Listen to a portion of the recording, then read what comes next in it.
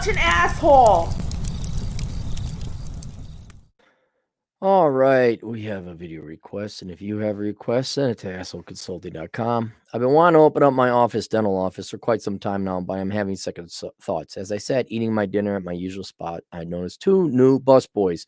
They looked useless. The place was slammed, and they moped around with no sense of urgency. Being that my line of work relies heavily on other people, do you think it's even worth it to invest heavily in building businesses in these modern times?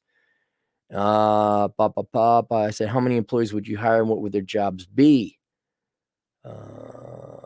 Dental hygienist, assistants, front desk, office manager. Holy cow. No, not that many. No, I would not. Front desk, office manager, assistants who are assisting, and then dental hygienists. The only ones that might be worth a damn are the dental hygienists. And I'll be perfectly honest. I have obviously I have several dentist friends, but my dentist, the one in the Twin Cities, she is a one-person operation, and that is the most efficient thing I've seen. And even she has gone through a nightmare.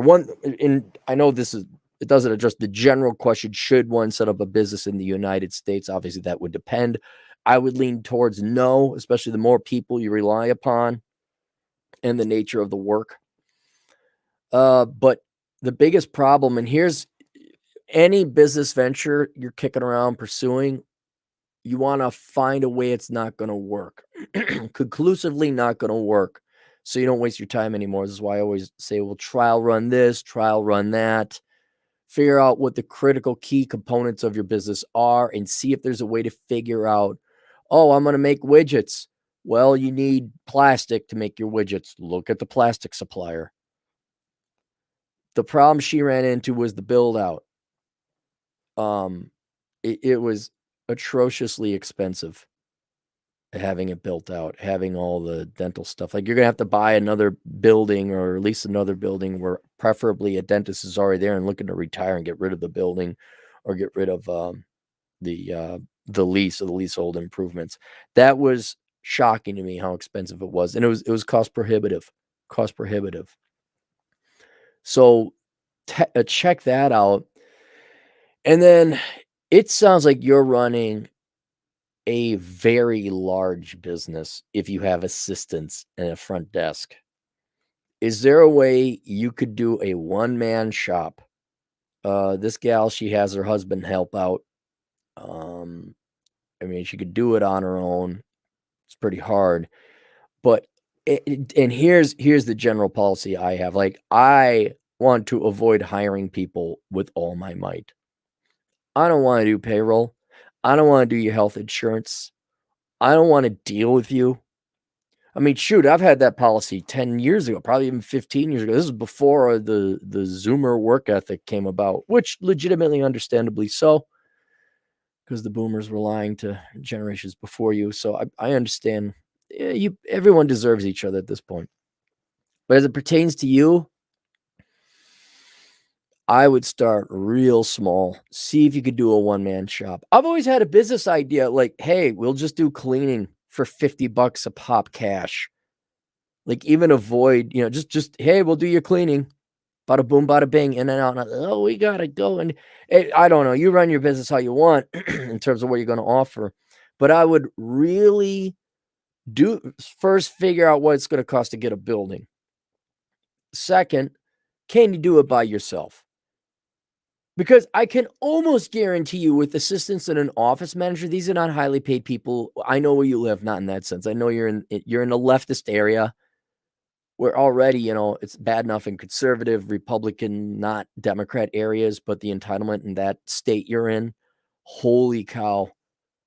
The office manager, I just don't see any of those. Those people are going to cost you more time than if you just do it yourself.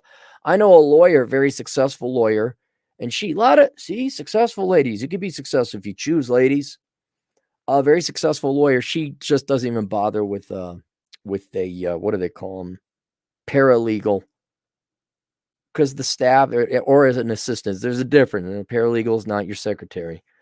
Paralegal and secretary. She just doesn't bother with them because it's a waste of time dicking with them. And the headache that comes with, hey, you mind doing your job?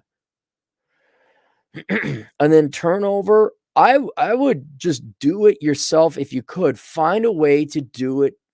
There's only one captain and one sailor on the ship. It's you. It's so much more efficient and less headache. Just get a small little rink-a-dink place, man. Can you find something like that? And just do it.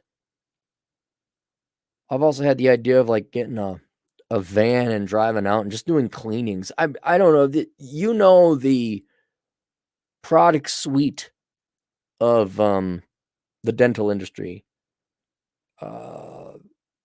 Maybe there's, you could just do house calls for some basic stuff like cleaning and maybe some basic fillings. And then like, oh yeah, braces, that's the other guy. Go talk to him. Like, what if you don't need? Well, I guess you would need an X-ray if you're going to do not vaccines, cavities and fillings. But I'm kind of along with you. If you ask me for a policy, I would not say your business is worth opening having 2 assistants, 1, 2, an office manager, and so at least 5 people minimum. Oh, hell no. Hell no. One of them is going to be a nightmare. Guarantee you one at minimum is going to be a nightmare.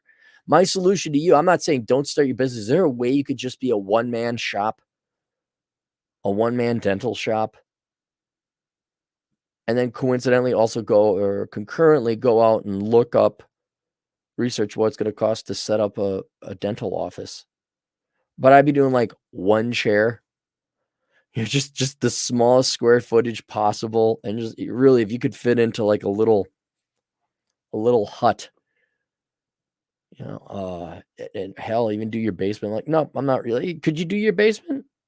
And I'm like, nope, I'm doing this right now. That's it. There we go. I would try and do it on your own. And I have another dentist buddy, also female. She was talking about how she does like, the government pays her to go work on poor people's teeth because they're too lazy to, they're too lazy to get a job. Guess what? They're also too lazy to brush and floss their teeth. But it's easy kind of government work. It's a pain in the ass, but it's government work. You get paid. I think there's also like she interprets x-rays, or there's some kind of, or maybe it was insurance claims. There's some a dentist can do. It's remote work, and I don't even think it's dental work related. It's related to dental work, but it's not actual dental work. I'd start looking at other ways you can make money without having to hire employees. That just sounds like a nightmare. And if you were, here's the other benefit is if you start off on your own small, you just got a little thing going on. Hopefully the economy takes a dump and people are laying a bunch of people off and people start getting desperate again, that they might actually show up on time. Yeah, and I can't, man, in the state you're in, you're setting up I wouldn't set up a business in that state. No way. No way. I can't imagine what the regulatory burden is. Not only for dental work, but firing employees, unemployment insurance. Oh, hell no. No, I wouldn't do it. I wouldn't do it. All right, there you go. Hat and Clogs. E2, Cappy, E2. Yeah, thanks for the $2, Hattie. I see the $50 goes to Chad. I get the $2 ones. That's how's the state you're in? I gotta imagine it's pretty hot down there. All right. See you guys later. Toodles.